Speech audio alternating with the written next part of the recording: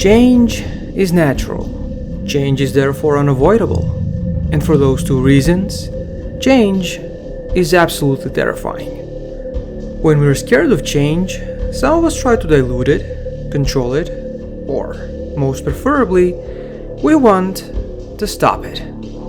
But should we even expose ourselves to the physical and mental strain of an ultimately unwinnable battle against something that's so innate to nature? Or should we simply accept change, in whichever form it decides to present itself to us?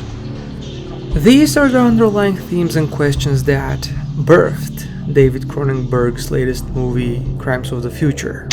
Did the movie do a good enough job of presenting these themes and questions in a compelling enough way? Well, let's find out, shall we?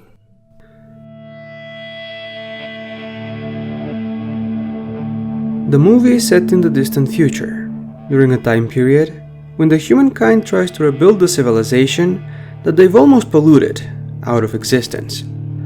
Another consequence of said pollution is that people have slowly started to mutate, and a couple of the less alarming changes are the loss of the ability to feel pain and a seemingly impenetrable immunity, which somehow evolved into people getting obsessed with the flesh and started cutting themselves for pleasure. Things started to get more concerning when a smaller portion of the populace began to grow new organs. So, because of that, multiple fractions started to argue about what's acceptable when it comes to human evolution. The government then started to do anything in its power to slow down the evolution process, which also included the mass removal of newly developed organs. As a response to that, the more creative section of the people that were more accepting of their changed bodies started organizing live performance art shows based on their mutations, which gradually became more and more popular in their circles. Among the more renowned artists are the movie's main characters, Soul Tensor and his partner Caprice, who, contrary to their mutation-loving peers, their act involves the tattooing and then removal of Soul's newly developed organs by using a modified, bizarro futuristic autopsy machine. Judging by the facial expressions that Soul makes in the scene, he seems to be enjoying the process a bit too much.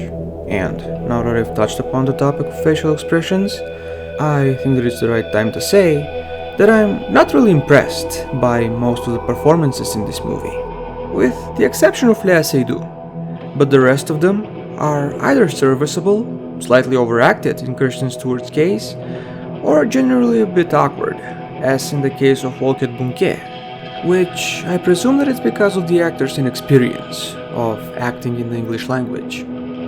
The general blandness of the characters also didn't help, and having interesting/relatable characters in your movie is the most effective way to hook the audience into any narrative.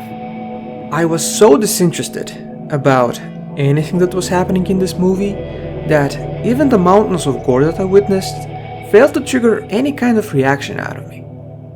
The cinematography was also nothing special for the most part, with the exception of the before shown scene of the dancing earlobe man, which also had a very striking set design and lighting. Now that I think about it, the movie had an interesting aesthetic in general, with all the worn out buildings and the mix of vintage technology with the bizarre, almost organic looking tech that's been salvaged from the period just before the fall. Sadly, I also have a minor complaint about this aspect of the movie too, and it involves the bizarro machines from the future. Whenever we saw these machines in motion, it was either done by using CG or by using animatronics, and neither of the two methods was convincing enough for me. However, this is just a nitpick, and it doesn't diminish my appreciation of the overall aesthetics of the movie, and it makes the predominantly flat cinematography even more of a disappointment, because I truly believe that this is a world that definitely deserves a much more inspired showcase.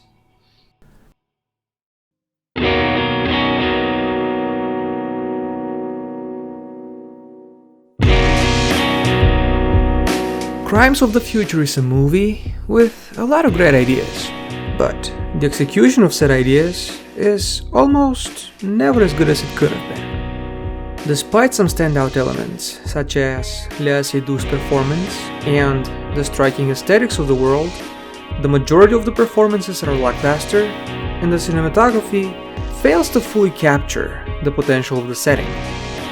In addition to that, the futuristic machines were depicted by using bad CGI and cheap-looking animatronics, which heavily detracted from the immersion of the film. Nevertheless, if the themes that the movie tries to tackle seem somewhat intriguing to you, I would still recommend you to watch it, because despite the movie's inaptitude to fulfill its potential, I still think that there's a good film buried within it.